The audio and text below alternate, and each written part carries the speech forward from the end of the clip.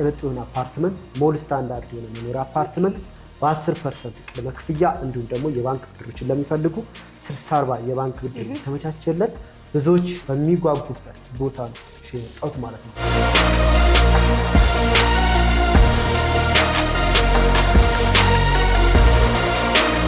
በሁለት ወር ውስጥ ነው ቁፋሮ ታች ተቆፍሮ አጌን ይሄ ማቱ ተሞልቶ የቤዝመንት ስራ የጀመርነው። ሳይታችን የመሃል ከተማ ፕሮጀክት እየተባለ ሲጠራ የነበረው እንግዲህ ይሄን ይመስላል።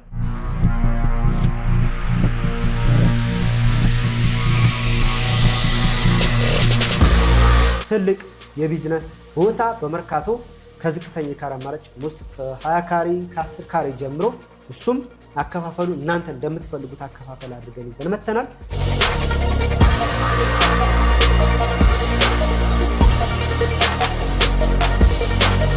ሰላም ውድ የማዕዘን ሊስቲንግ ቤተሰቦቻችን እንዴት ናችሁ? ዛሬ ደግሞ በመሃል ከተማ በ3.6 ሚሊዮን ብር ሙሉ ክፍያ የቤት ባለቤት ወደሚኮንበት ትልቅ ፕሮጀክት ነው ጎራ ብለን ያለነው። እስቲ ውስጥ ያለውን ነገር እናያለን። አብራችሁን ቆዩ። ማዕዘኖች ሰላም ሰላም፣ እንዴት ነሽ? አለን። እንኳን ደህና መጣሽ። እንኳን ደህና ቆዩ። ድጋሚ ተገናኘን። ዛሬ ደግሞ እንግዲህ ድጋሚ ተገናኝተናል ማለት ነው። የመጣሁበት ቦታ ደግሞ ያው እንደዚሁ ሳይው ራሱ በጣም ያምራል። እንዴት አገኘሽው? በጣም ያምራል። በዋነኝነት እዚህ ቦታ ላይ የተገናኘንበት አንዳንድ ከስተመሮች ጥያቄ ነበረና እንግዲህ በጥያቄው መሰረት እንግዲህ ዛሬ የመጣሁት ታዲያ እንግዲህ ያው ቀደም ብለህ እንዳልከው ኦዲየንስ ብዙ ጥያቄ ያለው እና በዛ ጥያቄ መሰረት ለመመለስ እንደመጣን ነበር ያልከኝና እስቲ ምንድን ነበር ጥያቄያቸውና ምንድነው ለየት ያለ ነገር ይዘህ የመጣኸው ዛሬ? እንግዲህ በባለፈው እኔና አንቺ በዋነኝነት የተገናኘንበት እዛ ቡልቡላ ሳይት ላይ በጣም ብዙ ኦዲየንሶቻችሁ ብዙ ፋሚሊዎቻችሁ በዚሁ አጋጣሚ ላመሰግናቸው ፈልጋለሁ። በጣም እኔን አምነው በጣም እኔን አክብረው ደግሞ የሚገባቸውን አግኝተዋል። ብዙዎቹ የፈጠነ ወዲያውኑ ማለት ነው። ዛሬ ያ ቤት አልቋል። ውስጥ የተወሰኑ ምራጭ ምናምን የቀረው ግን በሰዓቱኛ ያልናቸውን አንቺም በሰዓቱ በጣም ተደስተሽ ነበር ያ ቦታ ላይ። እዛ ቦታ ላይ ብዙዎች ተደስተው ብዙዎች የቤት ባለቤት ሆነዋል። ለየት ያለ አቀራረብም ነበር ያቀረብነው። ለደንበኛም ይሆናል ብዬ እኔ ኤነርጄቲክ ሆኜ ያቀረብኩላቸው። ግን በዛ ውስጥ ኦልሞስት አብዛኞቹ በሚባል ደረጃ ትንሽ ሎኬሽን ጥያቄ ነበረባቸው። ያው ሎኬሽን ምንድነው መሃል ከተማ። እሺ መሃል ከተማ አቅርብልን እንደው በዚህ ሳምንት ውስጥ ምናምን ብለው ነበር። እሺ ቆይቻለሁ። ዛሬ እንግዲህ በዋነኝነት የተገናኘ ነው በመሃል ከተማ። መሃል ከተማ ሲባል የአዲስ አበባ መሃል ከተማ ያው ሁሌም መሃል ከተማ እያለ ነው የምናስተዋውቀው። መሃል ከተማ በነገራችን ላይ የአዲስ አበባ ትክክለኛ እምብርት የምትባለው ቦታ ፒያሳ ነች። በነገራችን ላይ አሁን ለምሳሌ ከአዲስ አበባ መቀሌ፣ ከአዲስ አበባ ባህር ዳር፣ ከአዲስ አበባ አዳማ ርቀት የአዲስ አበባ የልኬት ከፒያሳ ነው መነሻው። ፒያሳ መነሻ ነች። የሁሉም የከተማ ከሜክሲኮም ከየቱም የልኬት መነሻ ፒያሳ ነች። ዛሬ በእውነቱ ፒያሳ መሃል ከተማ የአዲስ አበባ እምብርት ቦታ ላይ ተገኝቼላቸዋለሁ። የሚገርም ፕሮዳክት እጅግ ቅንጡ የሆነ አፓርትመንት ሞል ስታንዳርድ የሆነ መኖሪያ አፓርትመንት በ10% ቅድመ ክፍያ እንዲሁም ደግሞ የባንክ ብድሮችን ለሚፈልጉ 60/40 የባንክ ብድር ተመቻቸለት ብዙዎች ሳልቬት በሚጓጉበት ቦታ ነው የመጣሁት ማለት ነው።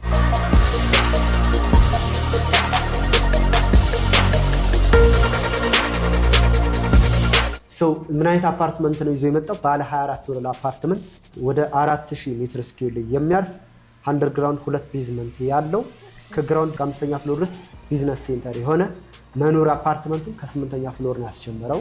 7ኛ ፍሎር ዱፕሌክስ ነው። ከታች ቢዝነስ ሴንተር ናቸው። መኖሪያ አፓርትመንቱ ከ8ኛ ፍሎር ነው የሚጀምረው።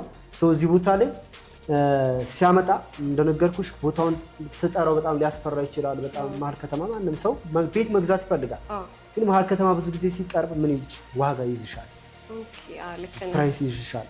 ከዛስ ከፕራይስ ቀጥሎ ካሬው አፎርድ የማታደርጉ ትላልቅ ካሬ ነው ብዙ ጊዜ እኛ ከዚህ በፊት ሪል ስቴት ላይ የምናውቀው ነገር ማለት ነው።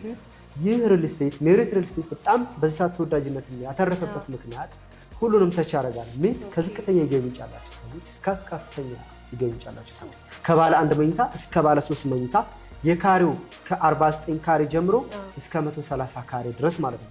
2 ቤዝመንት አንደርግራውንድ የመኪና ማቆሚያና አጌን 4 ፍሎር ቢዝነስ ሴንተር ናቸው። 2ቱ ፓርኪንግ ናቸው ከላይ ያሉት ማለት ነው። ከምድር በታች 2 ቤዝመንት አለ፣ ወደ ላይ 2 ፍሎር አለ።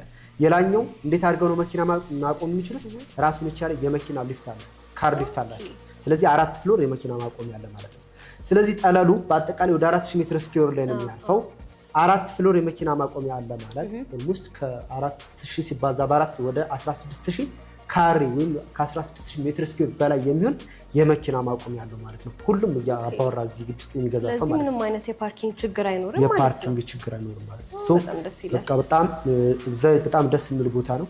ሁሉንም የከስተመር ጥያቄ መመለስ የሚችል ባንክ አለው። ቅድም እንዳልኩ እንግዲህ ቦታውን ስጠቅስላችሁ ፕራይስ በጣም ውድ ሊመስላችሁ ይችላል። ማንም ሰው አፎርድ ያደርገዋል። የሚያስፈራ ነገር አይደለም። በዚህ ሎኬሽን ላይ ምናልባት አካባቢው ላይ እኛ ባጠናነው ሪሰርች መሰረት ማለት በጣም የመረጥኩበት ምክንያት እዚህ አካባቢ ላይ ካሉ ሪል ስቴቶች ይህ የሚሸጥበት ዋጋ ኦልሞስት 35-36% ይቀንሳል ዋጋው ማለት ነው። ይህ የሚሸጥበት ሪል ስቴት ሰው ወደ ዋጋው ስንመጣ ባለ አንድ መኝታ 49 ካሬ ነው። የዚህ 49 ካሬ ቶታል ፕራይሱ የሚሆነው ወደ 5 ሚሊዮን ብር አካባቢ ነው። 5 ሚሊዮን ብር ባለ አንድ መኝታ በየት ፒያሳ ስለ ዲቴል ቦታው በ4 ኪሎ እና በፒያሳ ወደ ቤተ መንግስት ውስጥ አራዳ ፓርክ ፊት ለፊት ነው የሚገኘው ሎኬሽኑ። በቀኝ በኩል ፍሬንድሺፕ ፓርክ አለ። እኛ ጋር በነገራችን ለእነዚህ ተሰራው እንዳሉ ቪዎች በራሳቸው ራሱ ለቦታው ትልቅ ቦታና ትልቅ ቫሉ ይሰጣል። እንደውም ምናልባት ከፍ ባልሽ ቁጥር እኛ ጋር ዋጋው ይጨምራል። እንመጣበታለን። እሺ ለምሳሌ የዚህ ባለ አንድ መኝታ 5 ሚሊዮን ብር ነው የሚሆነው ቶታል ፕራይስ ማለት ነው። መጀመሪያ አጠቃላይ ማለት ነው። ስለዚህ ምናልባት 5 ሚሊዮን ብር ማለት ኮንዶሚኒየም ስንት እንደሚሸጥ ታውቃላችሁ? ከረንት ላይ ያለው ዋጋ በጣም ይሄን የመሰለ ለግዠሪውን አፓርትመንት በ5 ሚሊዮን ብር ዋይ ለምንድን ነው በዚህ ቀነሳችሁት? መጨረሻ ላይ ወይ በስልክ ጠይቁኛላችሁ። በጣም ዋጋው በጣም ቅናሽ ነው። አፓርትመንት ሆኖ በዚህ በአራዳ ፓርክ ፊት ለፊት ፍሬንድሺፕ ፓርክ አጠገብ ለባለ አንድ መኝቶቹ ቅድሚያ የምናስከፍለው ብዙ ሰው ስለሚረባረብበት ማለት ነው። ባለ አንድ መኝታ ማን ይፈልጋታል? ሶስቱም ሌቭል ላይ ያሉ ሰዎች ሶስቱም ስንል ዝቅተኛም፣ መካከለኛም፣ የከፍተኛ ዝቅተኛ የምንጭ ሊኖርበት መካከለኛውም ለማከራየት ወይም መልሶ ለመሸጥ ከፍተኛ የምንጭ ያለውን ሰውዬ 3-4 ባለ አንድ መኝታዎችን ይገዛና እነሱ በማከራየት በቀላሉ ይከራያሉ። ነገ ተነገ ማንም ሰው ለምሳሌ ከውጭ ያለ ዲያስፖራ ኢትዮጵያ ሲመጣ ሊያርፍባቸው የሚፈልጋቸው እንደዚህ አነስ ያሉ ነገሮችን ለጊዜው ተከራይተው በጣም ተፈላጊ ናቸው። በጣም ሁሉም ሰው ስለሚረባረብባት የዚችን ቅድመ ክፍያዋን 15% አድርገናታል። 15%ቷ ስንት ነው? 771 ሺህ ብር ስቲል በጣም ቅናሽ ነው። ማንም ሰው ይሳተፍበት። 15%ቷን 771 ሺህ ብር ይከፍልና በአራዳ ፓርክ ፊት ለፊት በፍሬንድሺፕ ፓርክ አጠገብ በተለያዩ ፓርኮች የተከበበ እኛ ጋር ባለ አንድ መኝታ በ771 ሺህ ብር የቤት ባለቤት መሆን ይችላላችሁ ማለት ነው። ሌላኛው ባለ ሁለት መኝታ ነው። ባለ ሁለት መኝታ ሁለት አይነት የካሬ አማራጮች አሉ። በ80 ካሬ እና በ95 ካሬ። ለምሳሌ እዚሁ ጋር 80 ካሬ ቶታል ፕራይሱ ወደ 8 ሚሊዮን 400 ሺህ ብር አካባቢ ይሆናል። 8 ሚሊዮን 400 ሺህ ብር ባለ ሁለት መኝታ። ይህ የሚከፍሉት አከፋፈሉ መጣበታለሁ። መጀመሪያ የሚከፈለው ሞስት ወደ 10% ነው ከባለ ሁለቱና ለባለ ሶስቱ ማለት ነው። ለባለ አንዷ ብቻ ነው 15%። ስለዚህ ይህ 840 ሺህ ብር ይከፈላል ማለት ነው።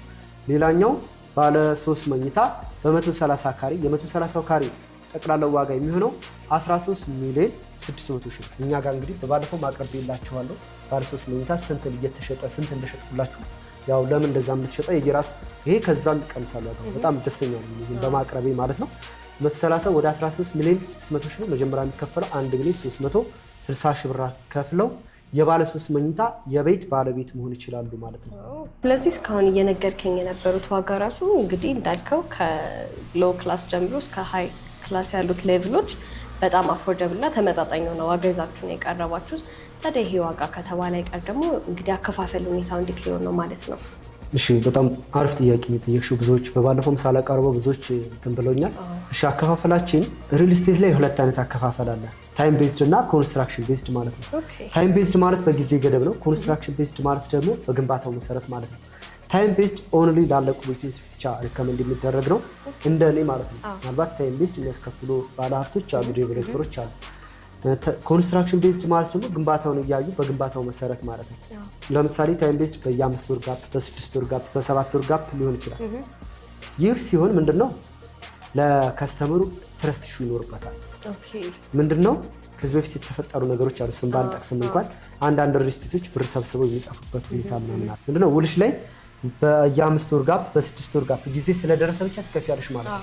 ግንባታው ቢገነባም ባይገነባም ይህ ሲሆን ለከስተመሩ በጣም ሪስክ ነው፣ ትንሽ አስቸጋሪ ይሆናል።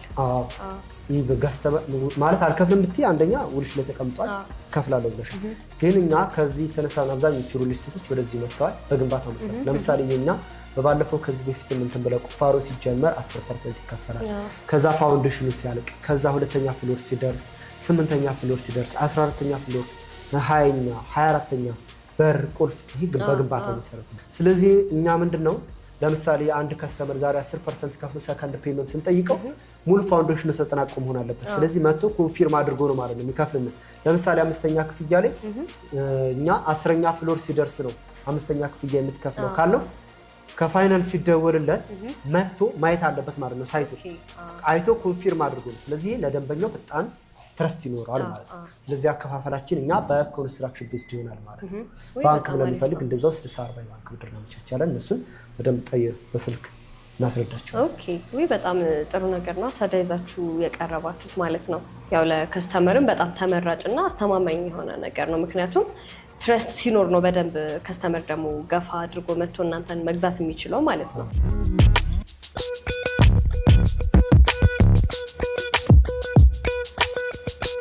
እንግዲህ አሁን የምንገኘው የት ነው? ሳይታችን ላይ ተገኝተናል። በእንትኑ መሰረት እንግዲህ ምናልባት ሌላ ሚዲያ ማይተው የገዙ ሰዎች ይኖራሉ። በፊት በቁፋሮ ላይ የተመዘገባችሁ ደንበኞች እንግዲህ በዚሁ አጋጣሚ እንግዲህ ሳይታችን የደረሰበትን የምናሳይ ይሆናል። ከታች ማቱ ተሰርቶ ማቱ ሞስት ወደ 2000 ምናምን ሜትር ኪዩብ ነው ያ ተሞልቶ አሁን የቤዝመንት ስራ የተጀመረበት ሁኔታ ላይ ነው ያለ ነው። እንግዲህ ምናልባት በትክክል ቢቆጠር ቁፋሮ ላይ ገዛች ሰዎች ነበራችሁ ከ2 ወር በፊት። በ2 ወር ውስጥ ነው ቁፋሮ ታች ተቆፍሮ አጌን ይሄ ማቱ ተሞልቶ የቤዝመንት ስራ የጀመርነው። ሳይታችን የመሀል ከተማ ፕሮጀክት እየተባለ ሲጠራ የነበረው እንግዲህ ይሄን ይመስላል። እንዴት አገኝሽው? በጣም አሪፍ ነው፣ በጣም ያምራል። ቀድሞ የገዙ ሰዎች እንግዲህ ዛሬ በእርግጠኝነት ደስተኛ ይሆናሉ። ምናልባት ያኔም ሌላ ጋር እንደነበረው ምናልባት አንዳንድ ደንበኞች ትንሽ የትረስት ሹ ያለባቸው ሌላ ጋር ገዝተው በተባለበት ሰዓት አይረከብም እናንተ ዛሬ ቁፋሮ ሳይጀመር ሃው ምናምን ያላችሁ ደንበኞች እንግዲህ ዛሬ እዚህ ላይ ደርሷል። አሁን በእርግጠኝነት እናንተ ናችሁ በፍጥነት የምትመዘገቡት ማለት ነው። እንግዲህ ምን ብዬሻለሁ ቅድም ላይ በአራቱም አቅጣጫዎች የራሳቸው ቪው ይኖራቸዋል። በፊት ለፊት እዚህ አራዳ ፓርክ ይኖራል። ከኋላችን የከተማ ቪው ነው የሚኖረው። በዚህ ፊት ለፊት ደግሞ ፍሬንድሺፕ ፓርክ ያለው ኩሽ ነው። ፍሬንድሺፕ ፓርክ በጣም ቤተ መንግስት ያለው አይደለ? በቅርብ ርቀት ማለት ነው። ኦኬ። ስለዚህ እዚህ አካባቢ አብሮት ቤተ መጻሕፍት የሚባለው እዛ ጋር ነው። በቅርብ ጊዜ የተሰራው ማለት ነው። ስለዚህ ሰፈሩ በጣም ነው የሚያምረው። ቪው ያለው ከተማ ነው። የመሀል ከተማ ፕሮጀክት እየተባለ የተጠራበት በዋነኝነት ይሄ ነው። የመጨረሻ እድል ነው። ምናልባት እዚህ ጋር በስተመጨረሻ ማለት የምፈልገው ምንድን ነው እዚህ ቦታ ላይ ምናልባት ዛሬ ነው ቀኑ፣ ጊዜው ዛሬ ነው። ባዶ ቦታ የለም እዚህ አካባቢ ትርፍ ቦታዎች የለም። ስለዚህ በ10% ሆነ በ20% ተመዝግባችሁ ይሄን ቦታ ያዙት ምን ጊዜም ቢሆን ማለት ነው። ሌላኛው ምንድነው ይሄ የትረስት ኢሹ ያለባችሁ ሰዎች ምናልባት ሊገነባ ምናምን ተጀመረ ምናምን የሚባለው ነገር ይሄ የመሀል ከተማ ፕሮጀክት ነው። በቅርብ ርቀት እንዳሳየዋችሁ ቤተ መንግስት ቅርብ አለ፣ ቀጥሎ ፍሬንድሺፕ ፓርክ አለ፣ በዙሪያው መዝናኛ ቦታዎች ናቸው። ሶ በእነዚህ መዝናኛ ቦታዎች መሀል ያለ ሳይት በቅርብ ባጅስች በ2-3 ዓመት ውስጥ ገንብተው እንዲያስጠነቅቁ እንዲጨርሰው መንግስት አስገድዷቸዋል ማለት ነው። ይሄ ለእናንተ ተብሎ ሳይሆን ግዴታ የሀገሪቷ ሁኔታ ስለሚያስገድዳቸው በተባሉበት ሰዓት የማስረከብ ግዴታ አለባቸው። ለምን? ይሄ ሰፈር የልማት ቦታ ነው። እንደዚህ ፕሮጀክት ለምሳሌ እንደዚህ አይነት የሚያምር ቦታ አይተሽ እንደዚህ የተቆፋፈረ ነገር ጊዜ ተሰጥቷቸዋልና የዴሊቨሪ ታይም ጥርጣሬ ያለባችሁ ሰዎች ይሄ ግዳጅ ስላለ በዚህ 2-3 ዓመት ውስጥ እናስረክባለን። ለእናንተ ተብሎ ሳይሆን መንግስት ስለሚያስገድደው ማለት ነው። ስለዚህ እዚህ ቦታ ላይ የምትገዙ ሰዎች ሁላችሁም ደስተኛ ሁኑ። ጥቂት ኦልሞስት 75% በላይ የሚሆኑ ተሸጧል። 25% ነው የሚቀረው። በ10% ብቻ ተመዝገቡ። ከ771 ሺህ ብር ቅድመ ክፍያ ጀምሮ ማለት ነው።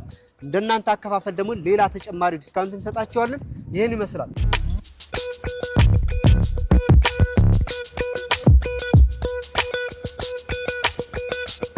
እንግዲህ ያው መኖሪያ ቤቶቹን እስካሁን በእርግጥ በሰጠኸኝ አማራጭ ራሱ በጣም እጅግ ደስ የሚል ነገር ነው እየነገርከኝ የነበረው።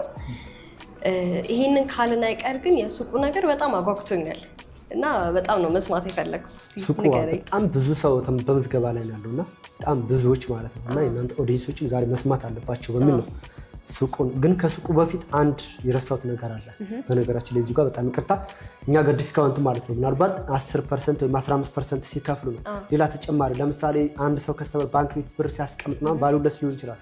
እኛ ጋር ከተጠየቀው አትርፎ ሲከፍል አትርፎ ለሚከፍለው ከቶታሉ ላይ ዋጋ ይቀነስለታልና ለምሳሌ 30% ሲከፍሉ፣ 50% ሲከፍሉ፣ 80% ሲከፍሉ የየራሳቸው ዲስካውንት ይኖራቸዋል። ወደ 100% ልጠጋ 100% ለምሳሌ ቀደም ላይ ባለ አንድ መኝታ ወደ 5 ሚሊዮን 100 ሺህ ብር ያልኩሽ ወደ 3 ሚሊዮን 600 ሺህ ብር ይደርሳል።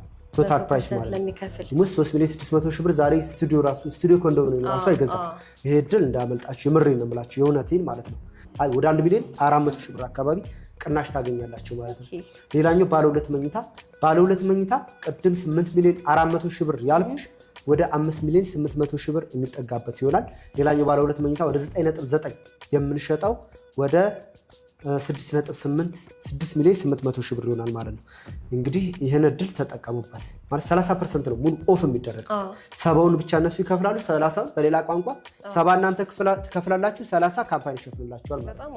ሌላኛው ባለ 3 መኝታ 13 ሚሊዮን 600 ሺህ ብር የነበረው ወደ 8 ሚሊዮን ብር አካባቢ ይሆናል ማለት ነው።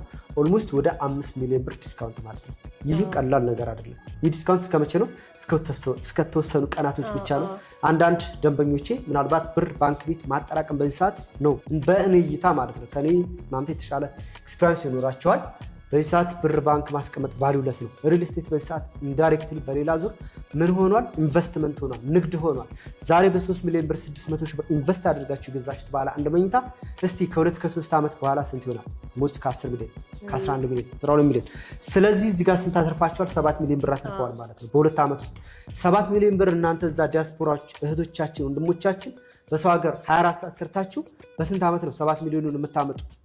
ይሄ ግን ሳትሰሩ ራሱ ነው የሚሰራው። እነዛን ታሳቢ አድርጋችሁ ይሄ እድል እንዳያመልጣችሁ። ኢንዳይሬክትሊ እኛ ምን እያልናችሁ ነው? 70 ክፈሉ 30 በካምፓኒ ሸፈንላችሁ እያልናችሁ ነው።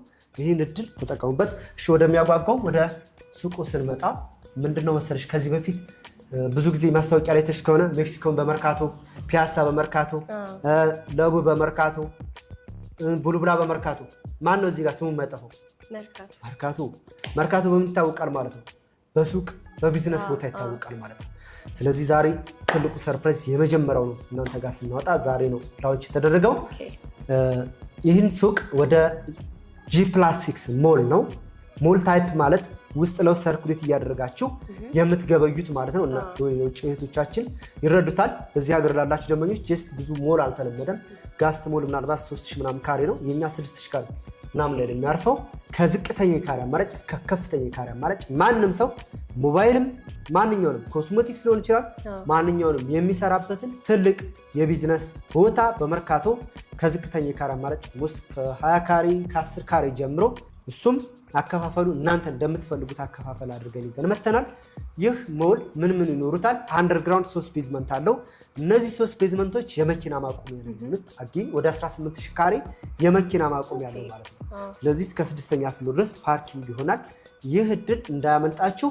ሱቅ በመርካቶ ጀስት ከዚህ በፊት እንደምናስተዋውቀው ሜክሲኮ በመርካቶ አይደለም፣ ሜክሲኮ ላይ አይደለም ሱቅ ያመጣ ነው፣ ወይም ደግሞ ሳር ቤት አይደለም ሱቅ ያመጣ ነው፣ ፒያሳ ላይ አይደለም። ለሁሉም እንደመነሻ ለቢዝነስ በሚታወቀው በሀገርም ብቻ ሳይሆን በየትም ቦታ ይታወቃል መርካቶ። ስለዚህ በመርካቶ ሱቅ ይዘን መተናል። ሁላችሁም እዚህ ሱቅ ላይ ተረባረቡ፣ ተሳተፉ፣ እንዳያመልጣችሁ እላለሁ።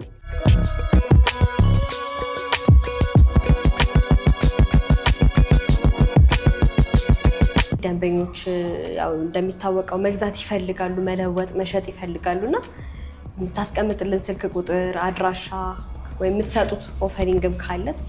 እሺ በሚገባ በጣም አሪፍ ጥያቄ ነው። እዚሁ ጋር ሳርሰው መናገር የምፈልገው ነገር በእርግጥ ብዙዎቻችሁ ልታውቁ ትችላላችሁ። አንዳንድ ደንበኞች ጠይቀውኛል። በተለይ ውጭ ሀገር አሜሪካ፣ ካናዳ የሚኖሩ ደንበኞቻችን በቀላሉ የቤት ባለቤት የምትሆኑበትን እድል አመሻሽተናል።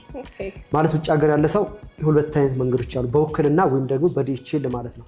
ውክልና ማለት ከዚህ በፊት ህጋዊ ውክልና ያለው ሰው የነሱን ንብረት ማንቀሳቀስ፣ መሸጥ፣ መለወጥ ሙሉ ውክልና ያለው ሰው ካለ እነሱ ከነሱ የሚጠበቅባቸው ሙሉ አግሪመንቱ ቤቱ በእነሱ ስም ይሆናል። በእነሱ ስም የሚሆነው እንዴት ነው?